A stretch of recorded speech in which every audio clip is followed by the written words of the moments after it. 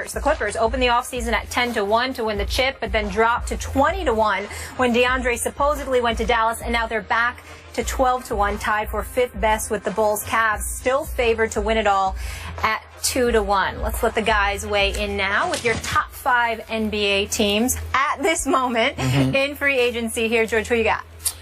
I'm going to take a page out of Denny Green's playbook and say, with the Spurs, if you want to crown them, then you crown them.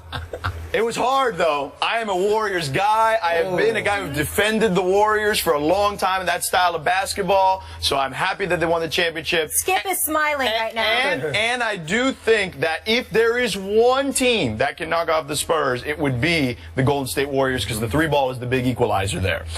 But I'm going with the Spurs right now. They have created the next version of what the Spurs are going to be already, while keeping the old version still there, too. You got Manu coming back. You got Tim coming back. You've got Tony there still. Now you got Kawhi. You've got LaMarcus. Now they got to fill out the role players a little bit, but I trust that organization will find the guys to fit that and do it the right way. But, again, splitting hairs. The Warriors are the champs. I almost have them as 1 and 1A at this point. They seem to be bringing everyone back. I love me some Draymond Green. Draymond Green, one of the most versatile players in the entire league. Steph Curry, he is the greatest shooter of all time. And you think about a guy who's active, and we're saying that considering we've seen guys like Ray Allen and Reggie Miller play in this league, but what he does off the dribble is unlike anything we've ever seen. So that team is as versatile as any, too. So that's kind of 1 and 1A, but for the sake of this, we'll go 1 and 2. Then I got the Cavs, because it's the Eastern Conference. They've got the easiest path there, certainly, to win a championship.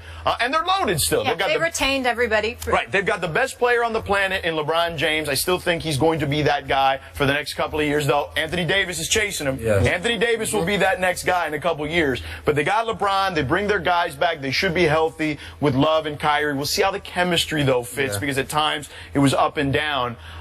They still could use another shooter, I think, but overall they're the strongest team in the Eastern Conference. Then I got more West teams. I had the Thunder and the Rockets.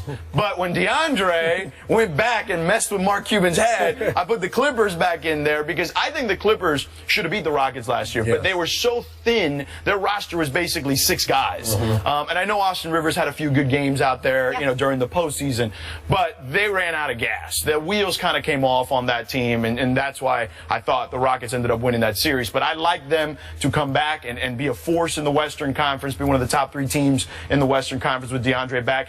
And look, I got to give love to the Thunder. I know it's a big if, but if they're healthy, I think they can win a championship. Any of those teams, I think, can win the championship, obviously. But you got 2 of the best 5 or 6 players in the NBA on one roster.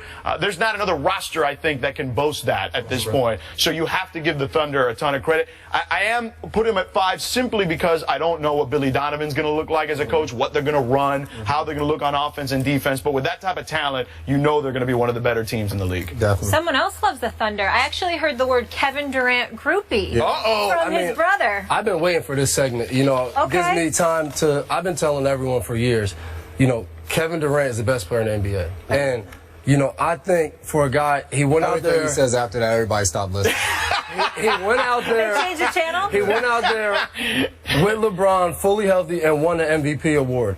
And then probably would have came back and won another MVP award if it wasn't for being injured. And then now, but since he was injured, you get a guy that steps in and, at some parts during the season, if he doesn't get hurt early in the season, Russell Westbrook had a good chance to be the MVP this year. So you take that team and finally having a low post guy like Cancer who can score, He's a restricted free agent. Yeah, got to re-sign him. Hopefully no one poaches him and we can keep him. And then now Ibaka's getting better. You went we. Yeah, I was about to say. That's a slide right there. You grew up in Jersey and you went we. Celtics fans. You can't root for the Knicks, man. No, you can't root I for the do Knicks. like the Celtics. Yeah, I mean, I'm Thunder and I root for the Celtics. Yeah. But then, like you said, I got the Warriors in there simply because at the number 2 seed, they're coming off a championship. Yeah. They brought a lot of guys back. They brought all the key guys back.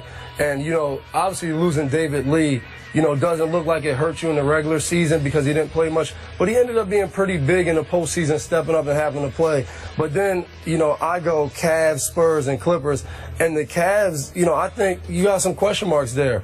Obviously, you don't know what's happening happened with Tristan Thompson. You know, you hear he's signing a deal, then you hear he doesn't. Then you hear LeBron wants him to sign before he signs. So who knows what goes on there? And then I think that's what leads a little bit. No, I don't think so either. But I think that's what leads a little bit to them not having great chemistry. But he has the opt out there that where he's sitting there and he's putting the pressure on Dan Gilbert to do exactly what he wants. Yeah. So I think when you have a team built like that, who do you listen to once the season starts?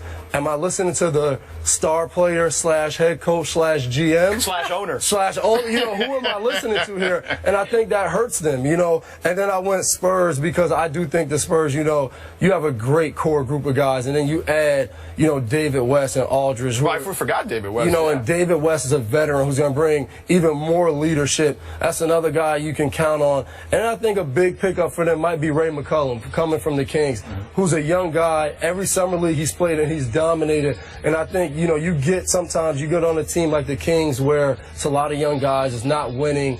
You're just out there playing. And I think he's beginning a system with San Antonio where he's a great shooter. And the reserves always play well there. Yeah. I think he has a chance to blossom there. And then obviously with DeAndre Jordan going back, you have to put the Clippers in there. You know, obviously the open round against the Spurs could have went either way with them winning that. But like you said, there's no way they should have really lost the series up 3-1. But you know, fatigue comes into effect. We saw that in the finals with LeBron. You know, you can't go out there and dominate and play all those minutes every night in a long series. So, but like you said, any of these 5 teams can win. Obviously, I think the Thunder have the best chance of winning if staying healthy, but any of those teams can win it. Now, you want to out him more on the Kevin Durant relationship? Yeah, obviously he's wrong. You know, one of his teammates is friends with, I think, Durant's friend, and we're literally at the after party at the Super Bowl, and he's in the corner FaceTiming Kevin Durant. It's like that? I mean, it's just screenshots. He has of the biggest smile on his face. And there's just two guys that play on great teams, great organizations.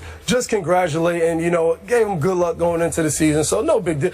Did you send him some emojis on the text? No, emojis are huge though. That's not just a woman. I'm an emoji guy, but no emojis. That's a whole nother debate. Yeah, Men and emojis, whole nother No, thing. there's some manly emojis out there. There are, Yes. really. I don't know about the emojis. I debated on emojis and eventually I caved. Are you on an emojis. emoji guy? I caved in recently. I wasn't, but I caved. There's some pickup You're line an emojis. emoji guy? Yeah, you can really get a girl over text message with some key emojis. You definitely Let's get into Jason's picks though. We'll discuss the emoji game later. Yeah, we'll leave that for later. You know, I started out with the Warriors, you know, a team that won the NBA championship, and they have the whole team back. You know, Steph Curry's only getting better now that he's been healthy the last few seasons. You still have a guy like Klay Thompson, where they're probably the best backcourt in the entire league. You have basically the best point guard from last year, and then you can say Klay Thompson's in the top 3 of the shooting guards with himself, James Harden, and Jimmy Butler. So a backcourt like that with a guy like Draymond Green who put up triple-doubles throughout the playoffs, like that's hard to beat. You know, a guy like Harrison Barnes struggled a little bit in the finals, but he's a key piece for them that probably when his deal is up, he may go sign a big deal elsewhere, but they still have all of those guys intact and still have a guy like Bogut too playing center, a big guy down low. So to me, there's nothing that happened through the offseason that takes them from the #1 spot. And second, I have the Cavs, basically because they have the best player on the planet. LeBron James, he proved in those finals that he is that good. I mean, you look at that team with Dellavedova, who played really well throughout the finals, but was really almost playing above where he was supposed to play. No Kyrie Irving, no Kevin Love. Oh, no, that's a good point. And J.R. Smith is out there, and one game he goes for 28, the next game he's 1 of 10 or something like that. And LeBron was assist away from averaging a triple-double in the finals. I actually was in a barbershop and someone told me, I can't stand LeBron. He gave up in the finals. And I was like, were you watching the same games I was watching? This guy gave everything on the court and just dominated the entire series. 3, I went with the Clippers. You know, bringing DeAndre Jordan back. You know, they were able to beat the Spurs last year in the playoffs. Obviously, the Spurs have made some improvements, but to me, so have the Clippers. You know, getting a guy like Paul Pierce, another closer to go with Chris Paul. They struggled a little bit last year in the playoffs, coming down to those last shots. If CP wasn't able to get the shot up, Blake struggled a little bit where he'd be just tremendous through the first 3 quarters and struggled a little bit in the fourth. You know, that is Paul Pierce, the truth. The fourth quarter is where he comes alive. We were talking about it earlier. You know, this past year in Washington, his minutes were kind of held back throughout the regular season. Then you turn on the playoffs and he's hitting game winner after game winner, whether it was before the buzzer or after, you know. So that's just what he does. And, you know, so then after that, I have the Spurs at 4 because of the moves they've made in the offseason with Aldridge. And it's gonna be fun to watch a rotation of Aldridge, Tim Duncan, and David West. So that'll be very exciting. Then don't forget Splitter. Splinter. No, he's gone. He's gone. They traded him to Atlanta. Yeah, he's gone. Yeah. And 5th, I have the Grizzlies. You know, bringing Marc Gasol back, who's one of the best centers, the best centers in the league. Him, DeMarcus Cousins, all of those guys are up there. I have them at 5th. You know, they were able to go get Matt Barnes, who's going to be another big pickup for them, a guy that can make an open 3-ball and plays excellent on the wing for defense. And you still have Zach Randolph. They're probably the best duo. Maybe now that the Spurs have Aldridge and Duncan, it may change a little bit. And before he gets to it, OKC did not make my top 5. Was OKC in the playoffs? Would OKC have won if Irving and Love were playing? Cleveland. Yes, excuse me. Would Cleveland have won?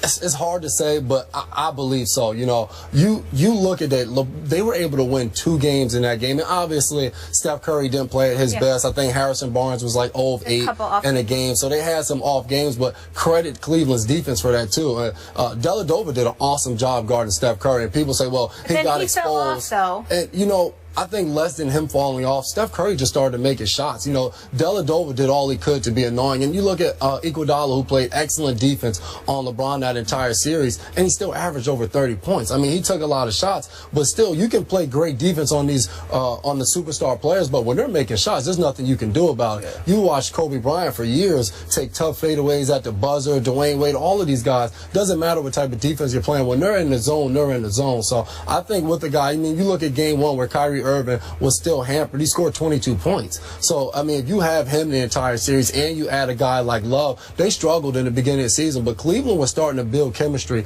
going into those playoffs, and they were playing well before Love got hurt. I don't think they win the series, though. I think when you play 7 games, the better team usually wins the series. And I think from top to bottom, Golden State was the better. Because even with Love and Kyrie out there, you still don't really... 2 years ago, you're going to tell me Miami was the better team than the Spurs, just overall?